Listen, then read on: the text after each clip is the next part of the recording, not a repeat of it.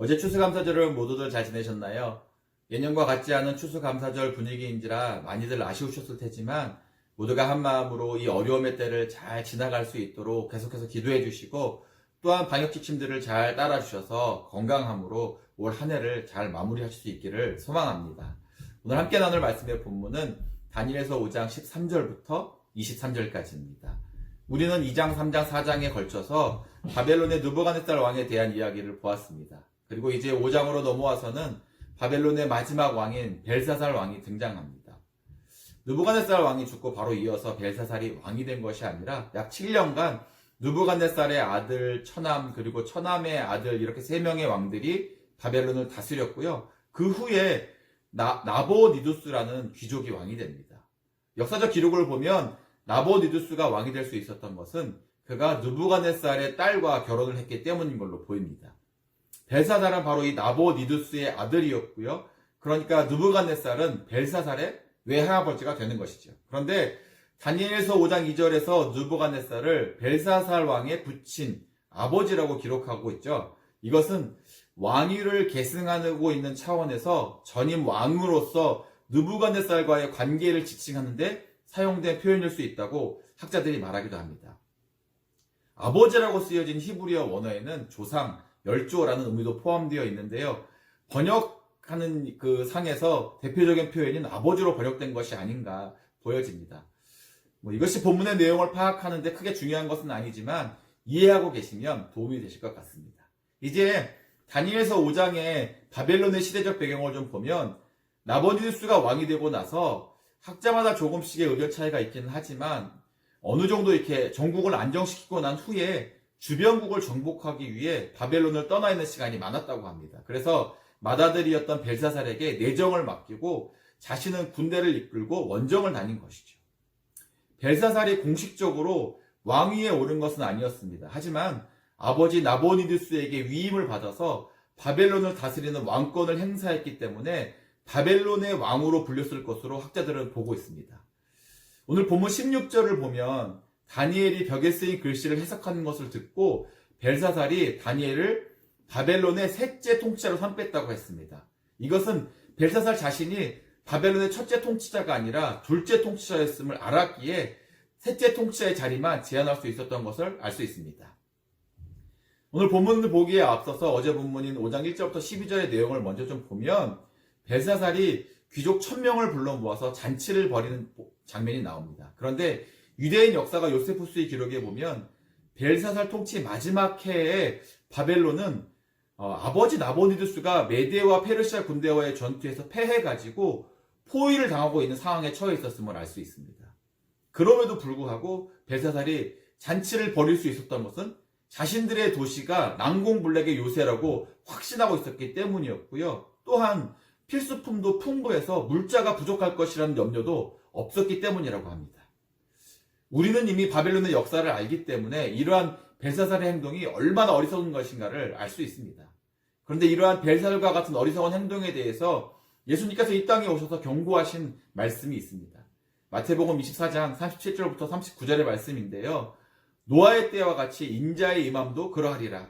홍수 전에 노아가 방주에 들어가던 날까지 사람들이 먹고 마시고 장가들고 시집가고 있으면서 홍수가 나서 그들을 다 멸하기까지 깨닫지 못하였으니 인자의 임함도 이와 같으리라고 하셨습니다.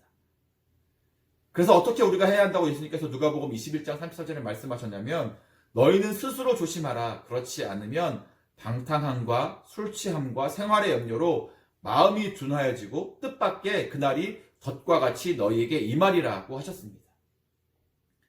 종말이 코앞에 닥쳤는데 그 종말의 임함을 깨닫지 못하는 어리석은 자가 되지 말라고 하시는 것이죠. 누가복음 21장 46절에서 예수님은 또 우리에게 이렇게 말씀하셨습니다. 이러므로 너희는 장차 올 이 모든 일을 능히 피하고 인자 앞에 서도록 항상 기도하며 깨어 있으라 하시니라고 하셨습니다. 벨사살 왕의 인생의 종말을 맞이함이 그저 활자에 기록된 다른 사람의 이야기처럼 여기셔서는 안 됩니다. 우리가 스스로 조심하지 않고 기도하며 항상 깨어있지 않으면 우리도 벨사살 왕처럼 어리석게 인생의 종말을 맞이하게 될 수 있음을 명심하셔야 합니다. 이제 다시 본문으로 돌아가서 보면 벨사살이 잔치에서 잘 먹고 마시다가 갑자기 예루살렘 성전에서 빼앗아 온 그릇들을 가져오라고 명령합니다. 음식을 담고 술을 마실 잔이 부족했기 때문이었을까요? 아니죠. 당시 바벨론에는 물자가 넘쳐났습니다. 저들은 예루살렘 성전의 기물들로 먹고 마셨을 뿐만 아니라 술을 마시고 나서는 금, 은, 구리 등으로 만든 신들을 찬양했다고 사절은 기록하고 있습니다. 이것이 무슨 의미일까요? 당시의 사람들은 신을 섬기고 제사를 드리는 것을 매우 중요시 여겼기 때문에 신을 섬기는 제사에 쓰이는 기물들이 얼마나 성스럽고 중요한 것인지를 잘 알았습니다. 그럼에도 불구하고 의도적으로 예루살렘 성전의 기물들을 가져다가 자신들의 쾌락을 위해 사용했을 뿐만 아니라 그것들을 가지고 다른 신들을 섬겼다는 것은 하나님을 기망하고 모독한 행위였던 것이죠. 하나님을 향한 도전의 행위와도 같았던 것입니다. 이때 사람의 손가락들이 나타나서 왕궁 한 벽에 글씨를 씁니다. 이것을 본 벨사살 왕은 얼굴빛이 변하고 넓적다리가 녹는 듯하며 무릎이 서로 부딪힐 정도로 벌벌 떨었다고 6절에 말합니다. 그 글이 무엇인가에 관한 것인지 알고자 바벨론에 내노라는 지혜자들을 불러 모았지만 알 수 없었죠. 그런데 왕비를 통해서 다니엘을 알게 되었고 이제 다니엘을 불렀습니다. 다니엘은 그 글씨가 무엇에 관한 것인지 해석하기에 앞서서 18절부터 21절까지 말씀을 보면 느부갓네살 왕이 무엇 때문에 고난을 당했고 어떻게 고난을 겪었는지에 대해서 설명합니다. 그리고 22절에 이렇게 말을 하죠. 벨사살이여 왕은 그의 아들이 되어서 이것을 다 알고도 아직도 마음을 낮추지 아니하고 라고 했습니다. 서두에서 설명드렸듯이 느부갓네살 왕과 벨사살 왕의 부적관계를 말하려는 의도보다는 벨사살의 선임 왕으로서 느부갓네살의 삶을 보았을 텐데 왜 이렇게 행동하냐는 질책의 내용이 이 말씀에 들어있는 것입니다. 그래서 그 다음의 말이 저의 마음을 뜨끔하게 합니다. 이것을 다 알고도 라고 했죠. 이것을 다 알고도. 느부갓네살 왕의 삶을 통해서 벨사살 왕 너가 받은 교훈이 반드시 있었을 것인데 왜 그렇게 행하지 않느냐라고 하신 그 말씀인 것이죠. 자녀들을 키우다 보니까 종종 화를 낼 수밖에 없는 상황을 맞이하게 되는 경우를 보게 됩니다. 그런데 어떨 때 더 화를 내게 되냐면 뻔히 알면서도 뭔가를 잘 못한 것을 보게 될 때 더 화를 내는 제 모습을 보게 됩니다. 하나님의 택한 이스라엘 백성이 아니었음에도 느부갓네살 왕은 하나님의 손에 붙들림 바 되어서 유다를 징계하는 막대기로 쓰임받았을 뿐만 아니라 그 인생의 마지막에서 비록 하나님의 징계를 받긴 했지만 하나님의 은혜를 누린 삶을 살았던 것을 우리는 보았습니다. 4장의 마지막 절인 37절에서 이것이 과연 이방 나라 왕의 고백인가 라고 생각될 정도로 느부갓네살 왕은 얼마나 멋진 믿음의 고백을 했는지 모릅니다. 하늘의 하나님을 찬양하고 칭송하고 경배한다라고 했습니다. 주의 일이 다 신실하고 그의 행하심이 다 의로우시다고 고백했죠.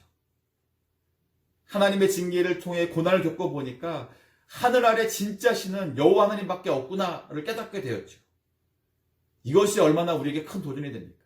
그런데 이러한 상황을 동시대에 살면서 가까운 거리에서 지켜보고 듣고 했던 인물인 벨사살이 여전히 아직도 마음을 낮추지 않고 자신을 하나님처럼 높이며 우상을 섬기는 일에서 돌아서지 않았다는 사실이 하나님 보시기에 너무나 괘씸했던 것이었습니다.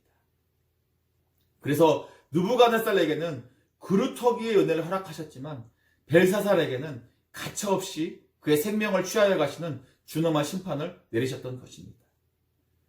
우리의 삶의 자리를 좀 돌아보고 싶습니다.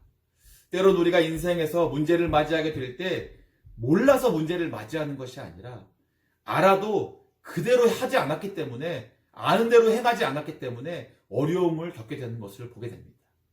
모르는 것은 사실 큰 문제가 아닙니다. 왜냐하면 알아가기면 되기 때문이죠.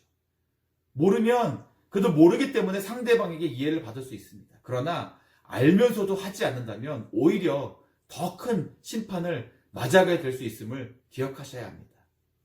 우리의 신앙에서도 마찬가지입니다.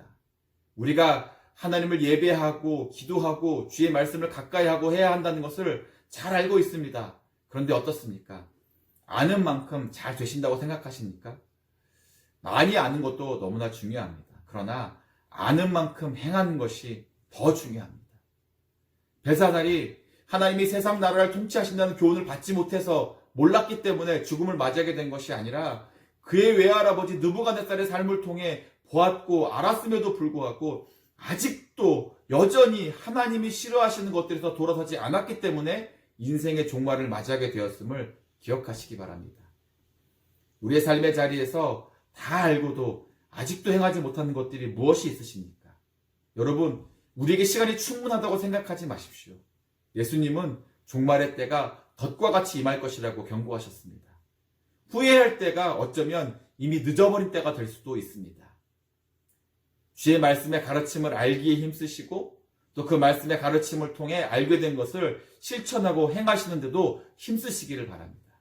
그러면 느부갓네살 왕이 누렸던 회복해 하시는 하나님의 은혜가 우리의 삶의 자리에도 넘쳐날 줄로 믿습니다. 올해가 얼마 남지 않았습니다. 알고 있지만 아직 실천하고 행하지 못한 것들이 있으시다면 올해가 가기 전에 도전하시고 시작하시고 행하셔서 믿음의 바른 길, 옳은 길을 가게 되시는 우리 모두가 되시기를 주님의 이름으로 축원합니다.